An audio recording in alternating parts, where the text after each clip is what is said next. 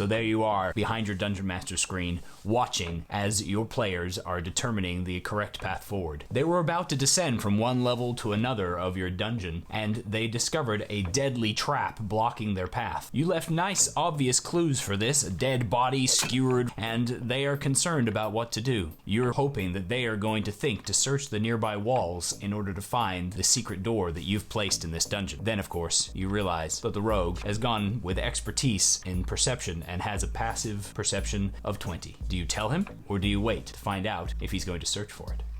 Passive checks can be a useful tool at speeding up gameplay, but they can also pose a problem. Sometimes they make a situation feel less engaging and rob players of the sense of exploration. In this video, we'll teach you one simple trick to strike a balance between passive and active checks so that your players can be rewarded for both their mechanical choices and their in-character decisions.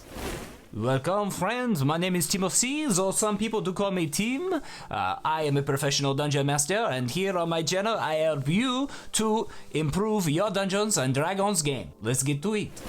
Passive checks are usually considered to be synonymous with passive perception in most of our Dungeons and Dragons games, but in reality, any time that a DM is using somebody's passive score, 10 plus their modifier, to determine the information that they might give them by fiat rather than requiring a dice roll, is a passive check. In my games, I use passive checks a lot of the time, sometimes to determine things like the knowledge that players might have about monsters that they come across, or in the more traditional uses of passive perception, insight, and investigation. In their most useful form, passive checks allow us as DMs to skip over the process of pulling a player out of the narrative in order to get a mechanical result. We can go straight to our notes of their passive scores in order to be able to determine what their opportunities are for success moving forward, what knowledge they have, what they see, without ever having to break the narrative flow. In its most dangerous form, however, passive checks essentially form a floor to your player's abilities. While this does obviously reward their mechanical choices and give them the benefits of having decided to be an expert in a specific subject or in a specific ability, it deprives them of a really vital part of the game. One of the pillars of the game, we call it exploration. It doesn't seem like something so simple as a rogue that is an expert in perception would ruin one of the pillars of the game. The influence that it has upon our game can be subtle but distinct. While at some point of the game it can be beneficial for us to get to the point where our characters have automatic success at specific tasks, usually that comes up way too fast when we are using passive scores. With a base 10 on any of their dice rolls, we trivialize many things that should remain occasionally secretive, where luck can really play a big part, and we utilize those just a little more frequently than we should. See, the trouble is that if one player has specialized in their perception, they become essentially incapable of missing certain clues that would otherwise reward the player's ingenuity in looking for them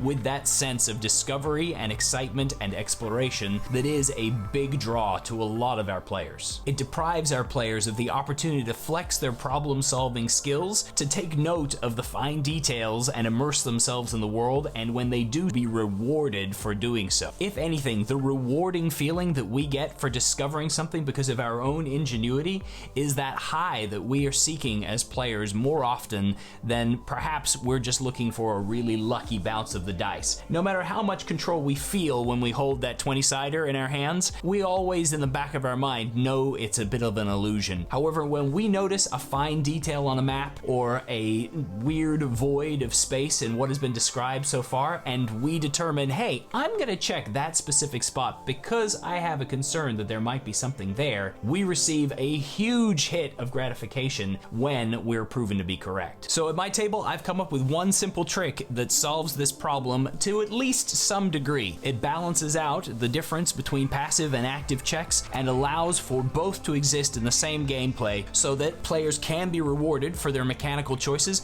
and can also be rewarded for their in-character decisions. The simple solution that I have found in my games that preserves both the agency of the player, the mechanical choices that they've made, and that sense of discovery is to add a little bit to the DCs of passive checks. By setting a different DC for the passive check versus the active check, what we're in effect doing is we're giving a benefit to the player who specifically asks for the kind of information that we have hidden behind this wall of dice. By having the secret doors DC be 15 for an active check but 20 for a passive check, we're essentially rewarding them with a much greater chance of discovering that door if they specifically look for it in that specific location. That means that they're rewarded for their choices, both mechanically by having a good chance of succeeding, and in decision making by giving them that opportunity for their decisions to matter. I usually find that a difference of about 5 is enough to make that meaningful impact, to adjust how things go at the table, and to give reward to both. In a specific example of this in practice, my players ran through the Tomb of Annihilation not terribly long ago, and when we were crawling down through that massive mega dungeon, they passed a secret door several times. Their character with the highest perception skill available was technically capable of finding that secret door based on the DC set in the module and the passive ability of the player. However, I did not reward them with that information, and they passed by this secret door several times during their adventure. Later in that adventure, they discovered a magical item that increased their perception skills to the point where the next time that they went past that door, they found that secret door thanks to their mechanical choices.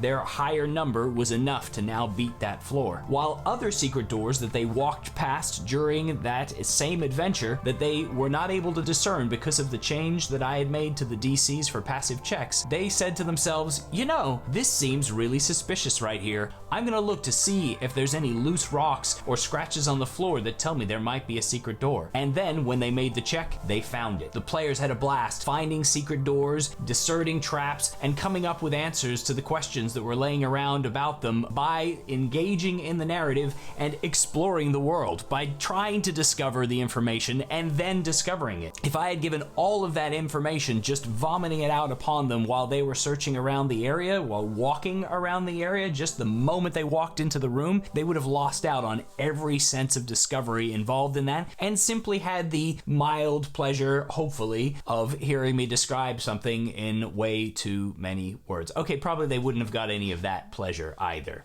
Suffice to say, if you're having trouble balancing the maxed out skills of your players' characters with the joy of discovery that you know that they want to receive, try adding 5 to the DCs of passive checks for a little while and just see what might happen. As long as you're also remembering the other rules that adjust those DCs, they're going to be wildly variable in a great way that is going to enhance your game and give back to your players that sense of joy and discovery that passive checks have stolen from them. Thanks so much for joining us today. I hope that you will be pleasantly surprised by the benefits that this tiny tip can have at your table. If you enjoyed what you heard today and want to hear more, check out another video or feel free to subscribe, and I'll see you again soon. Take care now.